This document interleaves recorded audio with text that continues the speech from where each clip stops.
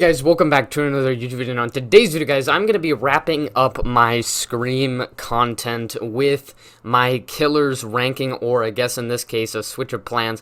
I'm actually going to be doing a tier list for all of the Scream killers, and right off the bat, before I start, this will contain spoilers, so if you have not watched Scream 6, obviously this is going to reveal the Scream 6 killers, so do not watch this video, but I'm sure, most of you who are hopping onto this have already seen Scream 6, you already know that, so...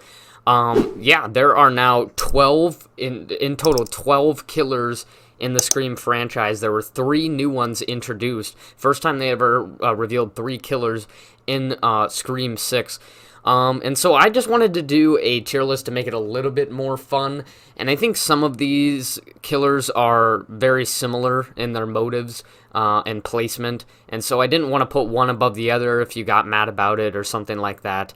So I just think a tier list is a lot lighthearted because it's not like this person is ahead of this person. It can be like, oh, they're all generally around this area and stuff like that. So, in case any of you get mad about, my killer placement or whatever. But, yeah, this is what I'm going to be doing to wrap up the Scream content. And like I said, I'm not really sure what movie I'm going to be watching next this month.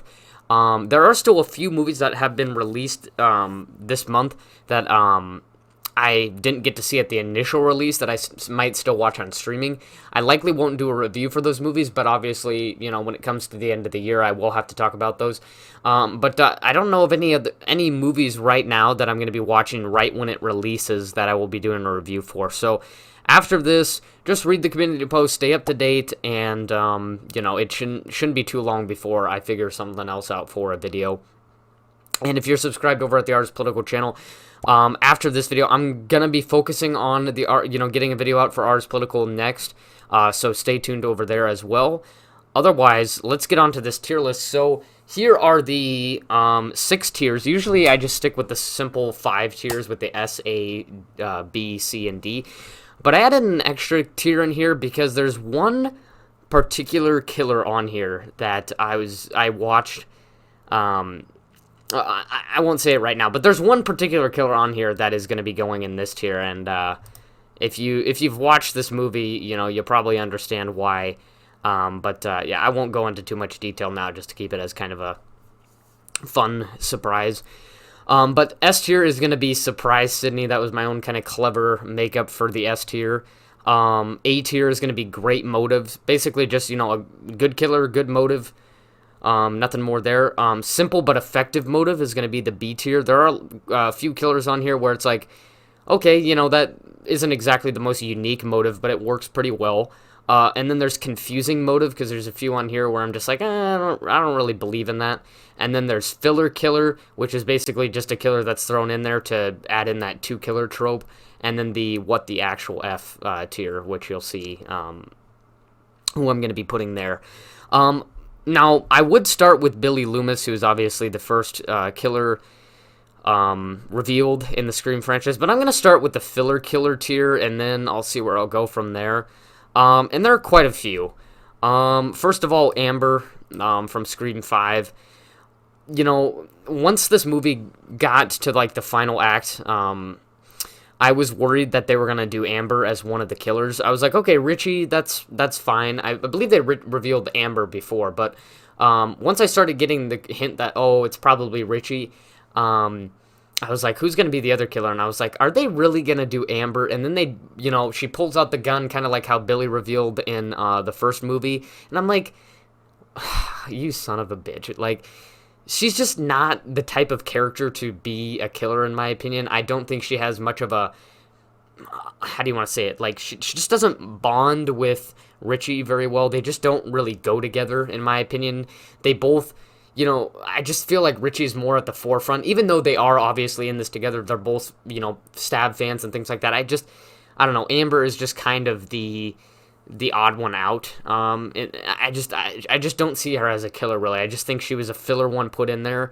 And I get that, for most people, she was probably the least likely to be a suspect, which makes it even worse, because I'm like, she's just not the type of person to be a killer. She's the type of person to be killed in, the second act when there's like a chase scene or something like that, and they got to start killing off some of the characters. She's just one of those people who's supposed to like die off. She's not supposed to be the killer. It just, the personality and everything, it's just not there. For me, she's just a filler killer. I don't really have any problems with her, but it just made me mad when I figured out that, oh yeah, she's the killer. It just made me a little disappointed. Next up, Charlie from Scream 4, another filler killer in my opinion. He's a little more fun than Amber, so I'll put him above Amber. And he is the kind of guy who would be a killer, but again, he's just kind of the filler option, and Jill is obviously at the forefront of this, and she openly betrays him in the movie so that she can go along with her motive, which is much more complex and better planned than his. His is basically just like, oh, I want to make a film because he's a film student and all that kind of stuff, and basically he wants to get the girl, but she ends up betraying him anyway. So it's just kind of funny how that happens. But just a filler killer for me. And then Quinn from Scream 6. This is one of the new killers. Honestly, she's gonna go below Amber, just because it made me even more mad when I found out that she was the killer as well. Because you guys, if you watched my review, you would know that I was predicted the killers pretty early on. And one of them was Quinn, and the other was the detective. I wasn't actually expecting Ethan to be one of the killers, but I was predicting it was going to be Quinn and the detective. And I was like, if they do Quinn, I'm going to be so pissed off. And then Quinn is one of the killers, and I'm like, they really chose that bitch from that one scene at the beginning of the movie to be a killer, because after seeing that scene at the beginning of the movie where she awkwardly walks in on Jenna Ortega and Mason Gooding or whatever, or where she's in the apartment and then Sam talks to her or whatever, I'm just like, oh, she better not be the killer.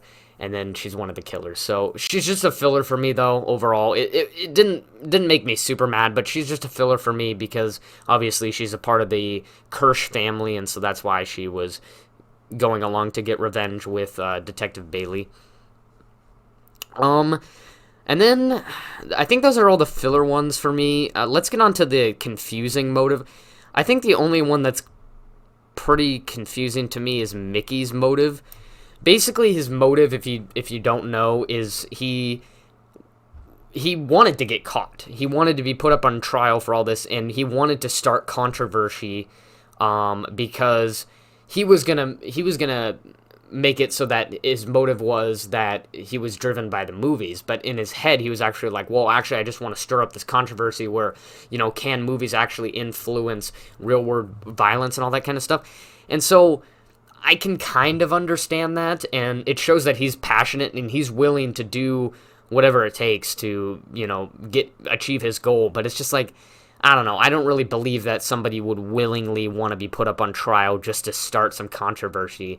It's not really that amazing that, like, oh, now I'm going to start this whole public debate about, people talking about can movies stir violence and, cause this kind of things and all that kind of stuff. It's not really all that interesting to me, but I do kind of like Mickey. He's kind of got that crazier personality. He works well for this movie, and so I don't really have any problems with him. It's just his motive doesn't really make all that sense to me.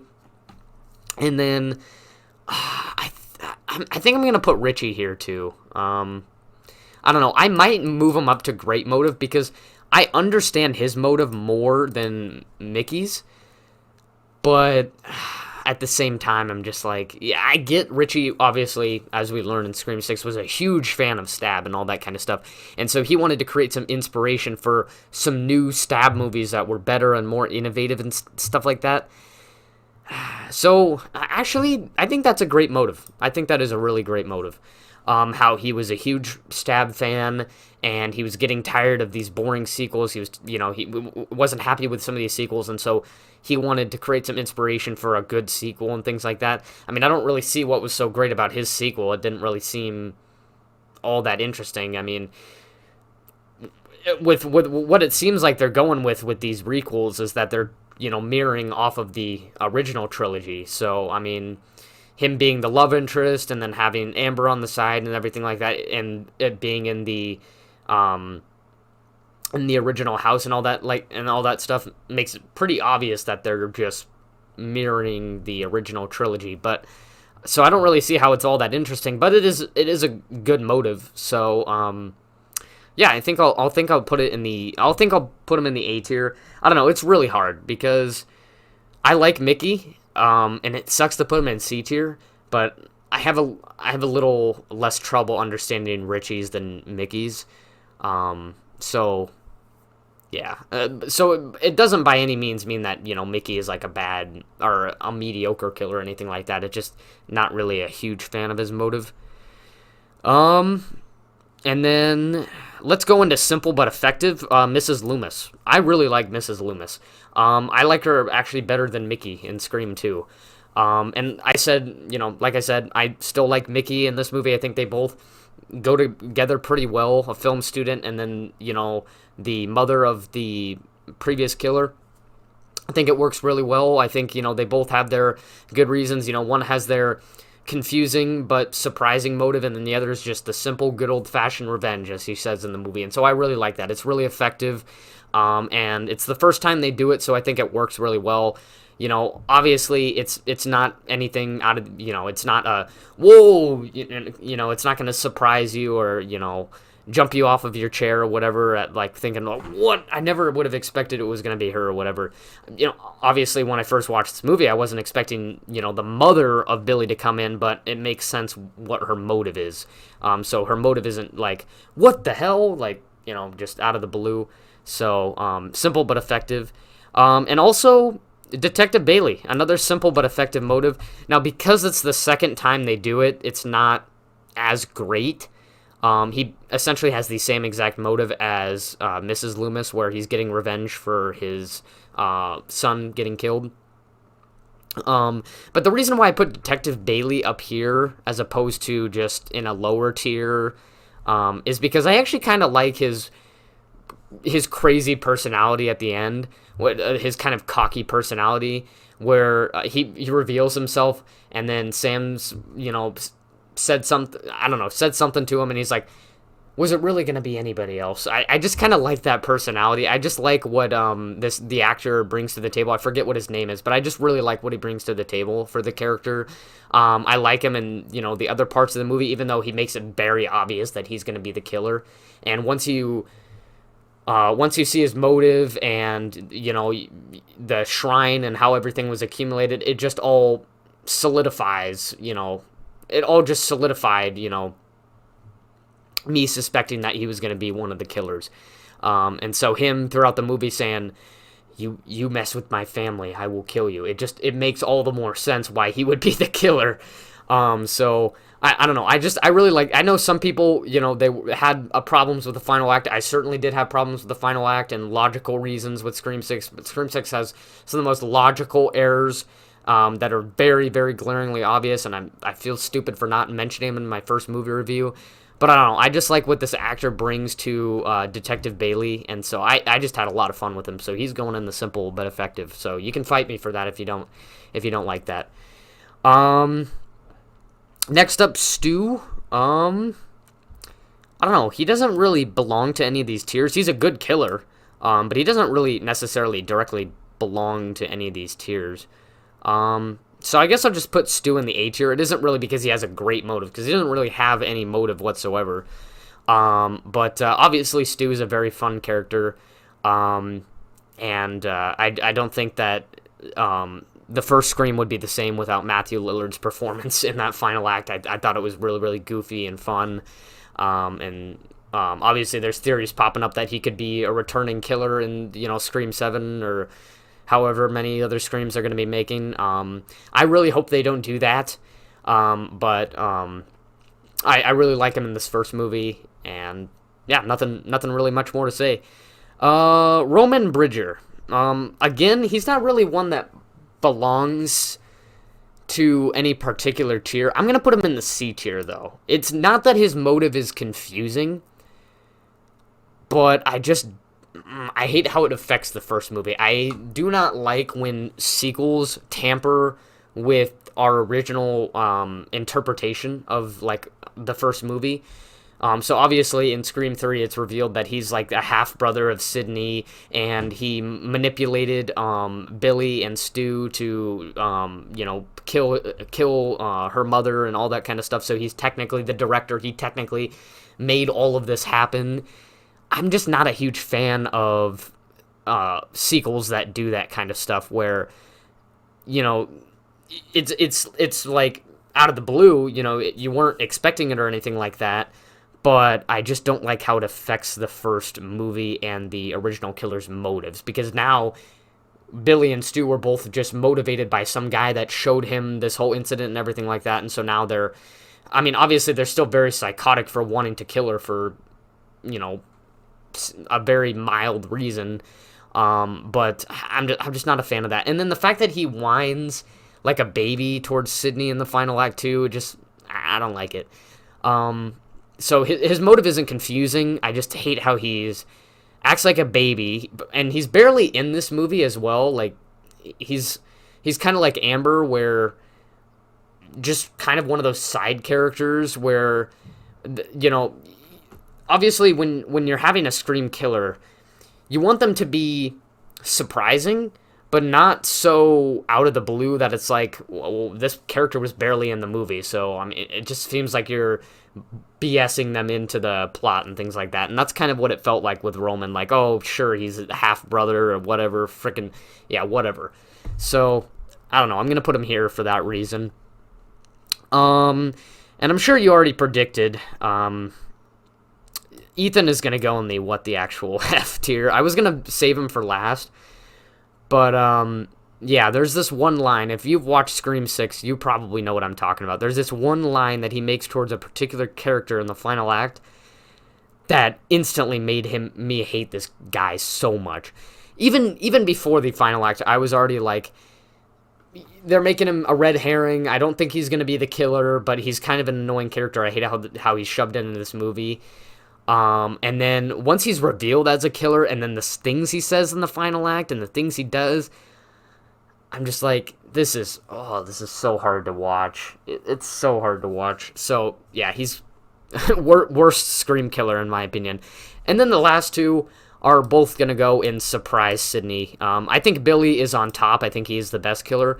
But they each have really, really great motives, and are both really, really effective ghost faces. Obviously, Jill, probably one of the most passionate ghost faces. I mean, wanted, and it makes sense too, wanted to get famous off of being a victim, which is something very common nowadays. And she was willing to betray her ex-boyfriend and set everything up, and she was going through with this plan. She was almost going to get away with it. And so I really, really like that. And also how the fact that they set her up as kind of the new Sydney, the protagonist in the movie, and then she's revealed to be the killer in the end. I really like how they turned that around. Obviously, there's a few logical errors with her being the one to take down, some of the characters in this movie. A little illogical. Same thing with Amber and, probably Quinn in Scream 6 as well. But I still really like her motive, and so that's why she goes up into the S tier. And then obviously Billy Loomis. I think the main thing that puts him up above all the other killers is just the way he was able to manipulate Sydney into making her believe that he was not the killer up until the very end. And so when he does reveal that he's a killer and he reveals his motive, you're like, God damn, you mother... It just, once he reveals that he's the killer and once he reveals the motive, you're like, this goddamn piece... And then after that, you just want him to die right away. And so I just really like how that's played out. Skeet Ulrich, very, very great job as Billy in this movie. And I'm not really a big fan of them bringing him back as being the father of Sam, and so Sam's got this kind of killer side to her, but it is what it is. I think he does a really great job in the first Scream, so that's all I'm going to leave there. And that is it for the tier list. I thought a tier list would be a little bit quicker to do, and would make it a little less, how do you want to say it? Like I said at the beginning, I don't... there's a few of these where I think that some of them could all go in the same spot. Like with the filler killers, I think all of them are pretty interchangeable. They're just there to be killers pretty much. And so I didn't think a ranking would work so well with some of these killers having essentially the same motives and having essentially the same purpose. So that's why I did a tier list, and I thought it would be a little bit more fun and a little quicker. So that is going to wrap up all the Scream content for this month. I hope you guys enjoyed all of that. As soon as I figure out a next video idea, I will tell you in the community post, so stay up to date there. And my next focus is going to be getting an Ars Political video out. So if you're subscribed over there, don't you worry, I'm going to have some content out for you soon. And there is quite a bit to talk about right now. So, yeah, stay tuned over there. And that is going to be it for the video. Other than that, like and subscribe, guys. And I will see you next time.